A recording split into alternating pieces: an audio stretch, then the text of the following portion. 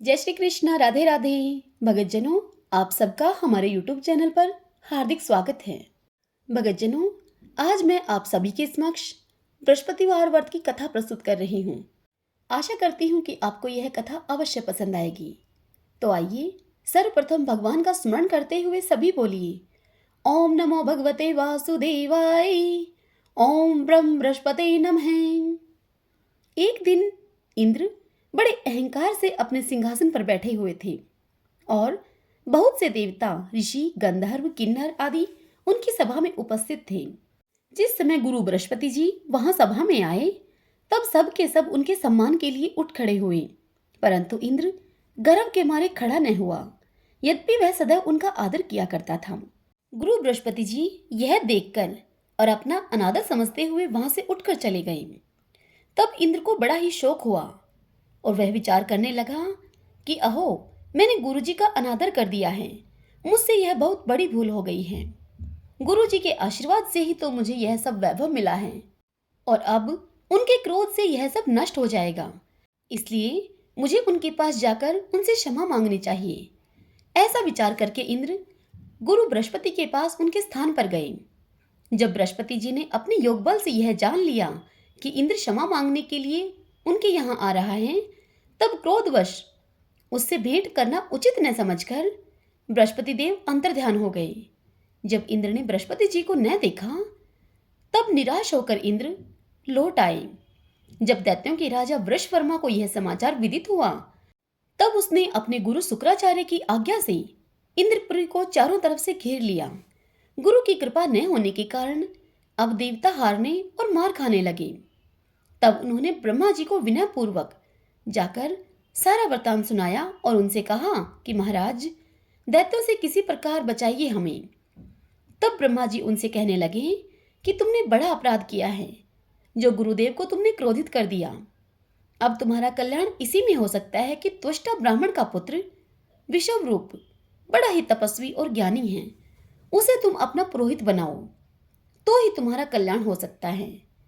यह सुनते ही इंद्र त्वष्टा के पास गए और बड़े विनीत भाव से त्वष्टा से जाकर कहने लगे कि त्वष्टा, आप हमारे पुरोहित बनिए, जिससे कि हमारा कल्याण हो।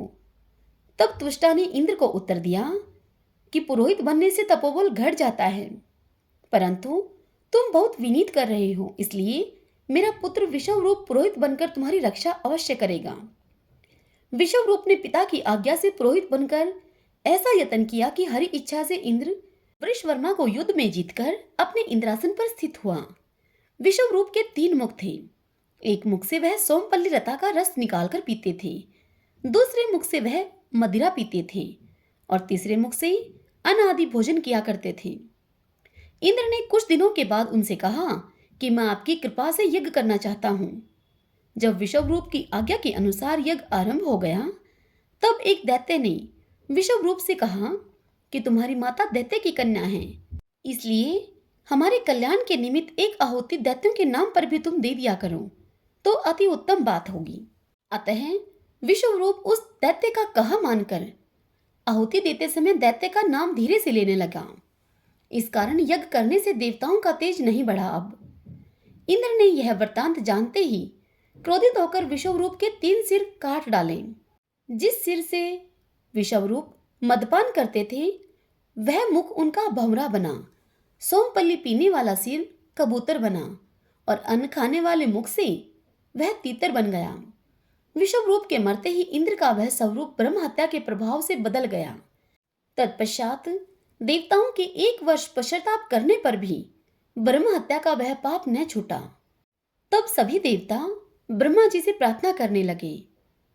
इस पर उनके प्रार्थना करने के कारण ब्रह्मा जी बृहस्पति जी के सहित वहां आए। उस ब्रह्म हत्या के 4 भाग किए गए, उनमें से 1 भाग पृथ्वी को दिया। इस कारण कहीं कहीं पृथ्वी ऊंची नीची है और बीज बोने के लायक भी नहीं है। साथ ही ब्रह्मा जी ने यह वरदान भी दिया कि जहां पृथ्वी में गड्ढा होगा, कुछ समय पाकर वह स्वयं भर जाएगा।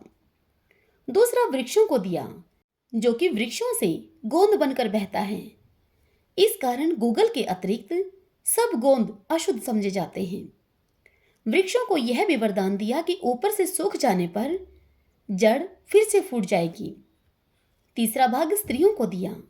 इसी कारण स्त्रियां हर महीने रजस्वला होकर पहले दिन चंडालिनी, दूसरे दिन ब्रह्मघातनी, तीसरे दिन धोबिन के समान रहकर फिर चौथे दिन शुद्ध होती हैं और संतान प्राप्ति का उनको वरदान दिया। चौथा भाग ब्रह्मा जी ने जल को दिया, जिससे कि फेन और सिवाल आदि जल के ऊपर आ जाते हैं।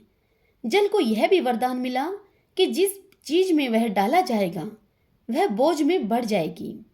इस प्रकार इंद्र को ब्रह्म हत्या के पाप से मुक्त किया गया। जो मनुष्य इस कथा को पढ़ता है या सुनता है उसके सब पाप बृहस्पति जी महाराज की कृपा से नष्ट होते हैं। ओम नमो भगवते वासुदेवाय। ओम बृहस्पति देव भगवान की जय।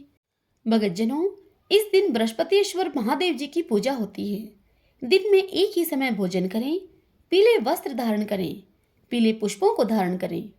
भोजन भी चने की दाल का होना चाहिए, नमक नहीं खाना है। पीले रंग का फूल, चने की दाल, पीले कपड़े और पीले चंदन से पूजा करनी है। पूजन के पश्चात कथा सुननी चाहिए। इस व्रत के करने से बृहस्पति जी अति प्रसन्न होते हैं तथा धन और विद्या का लाभ होता है। स्त्रियों के लिए यह व्रत अति आवश्यक है।